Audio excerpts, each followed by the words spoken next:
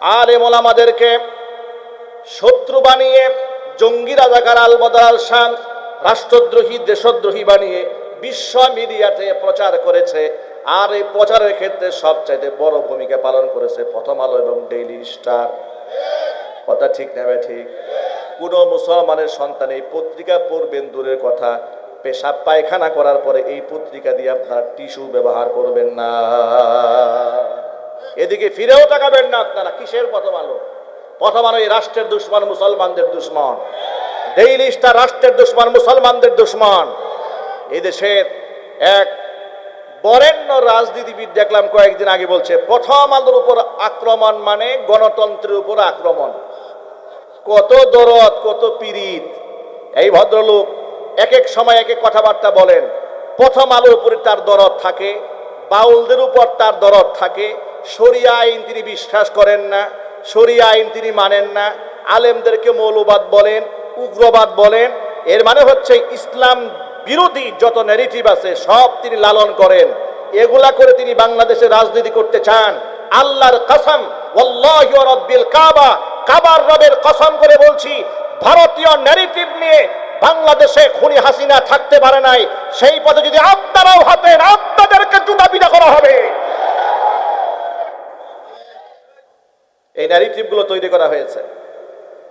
প্রথম আলো, daily star, এই পত্রিকা দ্বয়ের প্রতি মানুষের এত ক্ষিপ্ততা কেন, এত রাগ এবং গুসা কেন?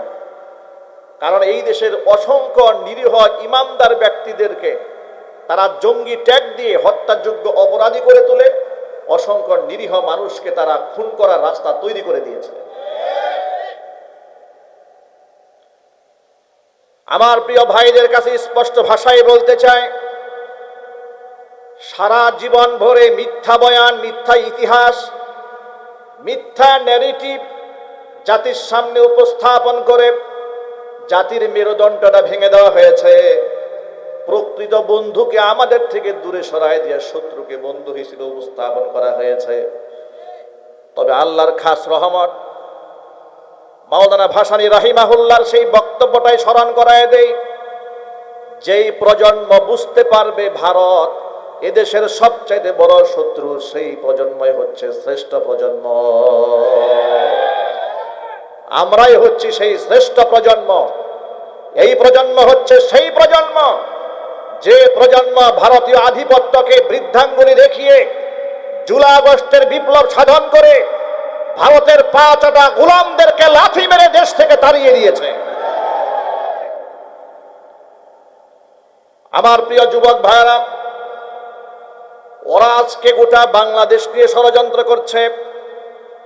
ইসলাম এবং মুসলমানদের তাহজিব, তামাদ্দুন, কৃষ্টি কালচারকে ধ্বংস করার ন্যারেটিভ তৈরি করার পায়ে তারা চালাচ্ছে। ভয় পাওয়ার কোনো কারণ নাই। ওদেরকে আমরা জানাই দেই, ওরা যদি রক্ত নিতে চায় তাহলে আমরা রক্ত দিতেও রাজি। তবে মনে রাখতে হবে, এই জাতি এখন শুধু রক্ত দিতে জানে না, এই জাতি এখন থেকে রক্ত নেওয়ার জন্য প্রস্তুতি গ্রহণ করেছে।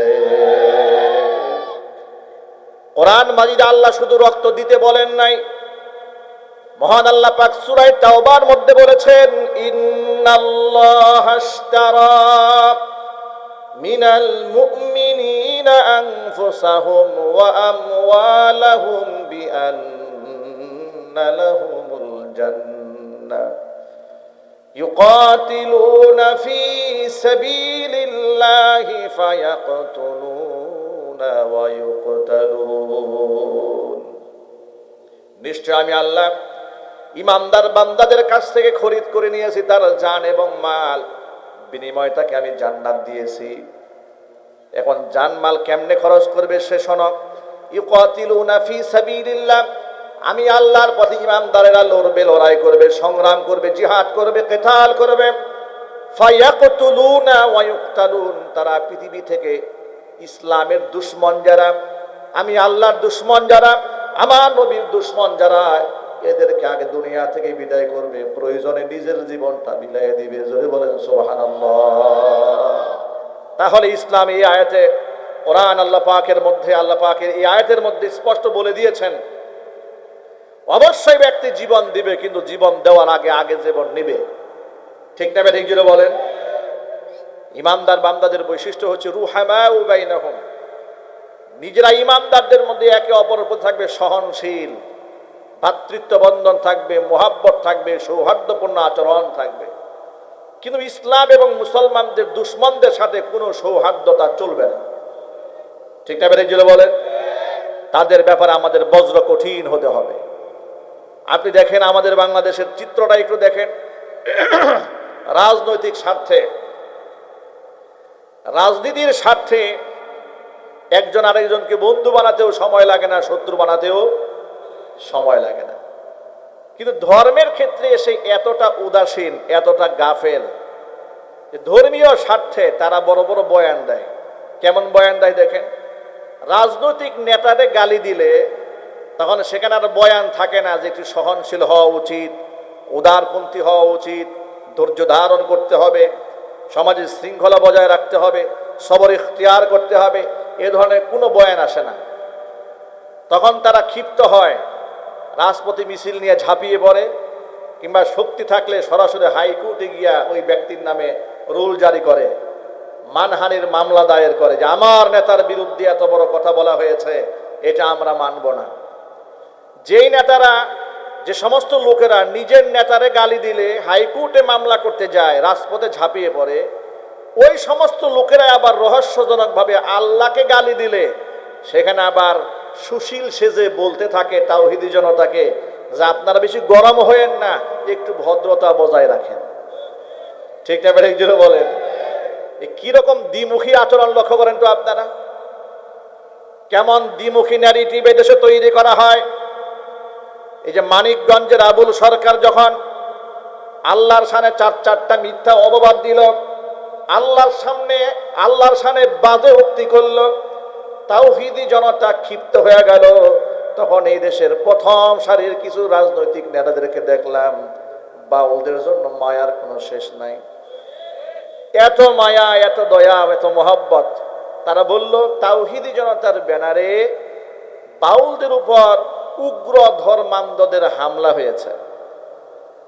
আমি আপনাদেরকে জিজ্ঞেস করতে চাই, সে কি বাউল না ফাউল এটা আমরা দেখতে চাই না। আমরা শুধু এই পয়েন্টটাকে ফাইন্ড আউট করতে চাই, যেই ব্যক্তি আল্লাহকে গালি দিয়েছে, আল্লাহর সামনে বাজে কথা বলেছে, কিংবা কোরআন শরীফের কোনো আয়াত নিয়ে তামাশা করেছে, সেই ব্যক্তির বিচার হওয়ার দরকার আছে না নাই? বাস পয়েন্ট এতটুকু। আগে কি হয়েছে, পরে কি হয়েছে, কে লাভ দিয়েছে, কে ঝাঁপ দিয়েছে, এটা আমরা দেখতে চাই না।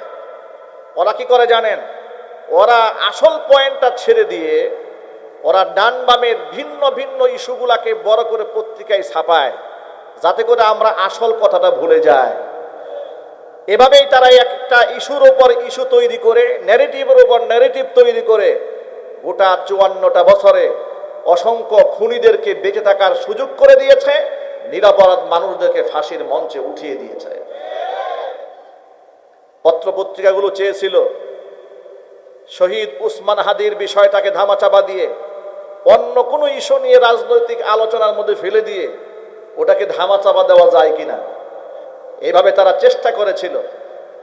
যার সারা জীবন যেভাবে তারা করে এসেছে, আমি আপনাদেরকে আওয়াজ দিয়ে বলি, শহীদ শরীফ উসমান হাদি এটা এমন একটা ইস্যু, যদি আপনি এটাকে ধামাচাপা দেন, এই রাষ্ট্রকে আপনি আর বাঁচাতে পারবেন না। আপনি বলবেন তাহলে এটা কেমন কথা? হ্যাঁ, এটাই কথা। আপনি তাকে স্বাধীনতার সার্বভৌমত্বের একটা মানদণ্ড হিসেবে গ্রহণ করতে পারেন। আপনি মনে রাখবেন, শহীদ শরীফ উসমান হাদিকে শহীদ করে ওরা যদি পার পেয়ে যেতে পারে, ওরা যদি নিরাপদ হয়ে যেতে পারে, তাহলে আগামীর বাংলাদেশ অনিরাপদ হবে, স্বাধীনতা সার্বভৌমত্ব ধ্বংস হয়ে যাবে। এই বাংলার মাটিতে আর কোনো সোনার টুকরা জন্মগ্রহণ করবে না, সকলকে ওরা খেয়ে ফেলবে। আমি আপনাদের জিজ্ঞেস করতে চাই, আমাদের শত্রুদেরকে কি আমরা সেই সুযোগটা দিতে চাই? চিৎকার দিয়ে বলুন, দিতে চাই না? আমাদের শত্রুদেরকে আমরা সেই সুযোগটা দেব না। শহীদ উসমান হাদির বিষয়ে আমরা কোনো শব্দ শুনতে চাই না। সরকারকে বলছি, সব ধরনের নাটকীয়তা এবং তালবাহানা বন্ধ করে দিয়ে ডক্টর মোহাম্মদ ইউনূস, আপনাকে বলছি, আমি দেখলাম কয়েকদিন আগে আপনি জানাজার নামাজে হাজির হয়ে আপনি বললেন কিছু মানবিক কথা বললেন, উসমান হাদি তোমাকে আমরা বিদায় দিতে আসিনি, তোমাকে আমরা আগলায় রাখবো, ধারণ করব। মিথ্যাবাদী, আপনি মিথ্যা কথা বলেছেন। আপনি যদি উসমান হাদিকে ধারণ করতেন, আল্লাহর কসম করে বলছি এতদিন হয়ে গেল, অবশ্যই আপনি আসামিদেরকে গ্রেফতার করতে পারতেন। আপনি জাতির সাথে প্রতারণা করেছেন, আপনি উসমান হাদিকে ধারণ করেন নাই। উসমান হাদিকে ধারণ করেছে এই বাংলাদেশের কোটি কোটি নওজোয়ান। উসমান হাদিকে ধারণ করেছে টেকনাফ থেকে তেতুলিয়া, রূপসা থেকে পাথুরিয়া পর্যন্ত অসংখ্য মুমিন মুসলমান। উসমান হাদিকে ধারণ করেছে মাদ্রাসার ছেলেরা, উলামারা, তাওহীদি জনতা ইউনিভার্সিটির ছেলেরা, আপামর জনসাধারণ, একেবারে থার্ড ক্লাস শ্রেণী থেকে শুরু করে সমাজের এলিট পিপল পর্যন্ত, তৃণমূল থেকে শুরু করে কেন্দ্র পর্যন্ত গোটা বিশ্ব পরিমণ্ডলে সকল মধ্যে মুজাহিদ মুমিন মুসলমানের কলিজার মধ্যে আল্লাহ রাব্বুল আলামিন উসমান হাদির মোহাব্বত ঢেলে দিয়েছেন। ঠিক না বেরে জুড়ে বলেন? এই ন্যারেটিভের কথা কেন বললাম আপনাদের সামনে? বলার উদ্দেশ্য হলো, কয়েকদিন আগে যে আবুল সরকার নিয়ে কথা হয়েছিল, আবুল সরকারের ইস্যু কিন্তু শেষ হয়ে গেছে। ঠিক না বেরে বলেন? একটার পরে একটা ইস্যু তৈরি করে আবুল সরকার গায়েব হয়ে গেছে। আপনাদেরকে জিজ্ঞেস করি, আমরা কি এইভাবে ইস্যু কি গায়েব হতে দেব? চিৎকার দিয়ে বলেন, দেব না? আমরা গায়েব হতে দেব না। প্রয়োজনে যারা ইস্যু কেন্দ্র করে মৌলিক ইস্যুকে ধামা চাপা দিতে চায়, আমরা ওদেরকে গায়েব করার ষড়যন্ত্র করবো ইনশাআল্লাহ। আপনারা কি প্রস্তুত আছেন ইনশাআল্লাহ? কারা কারা প্রস্তুত? হাত দেখতে চায়।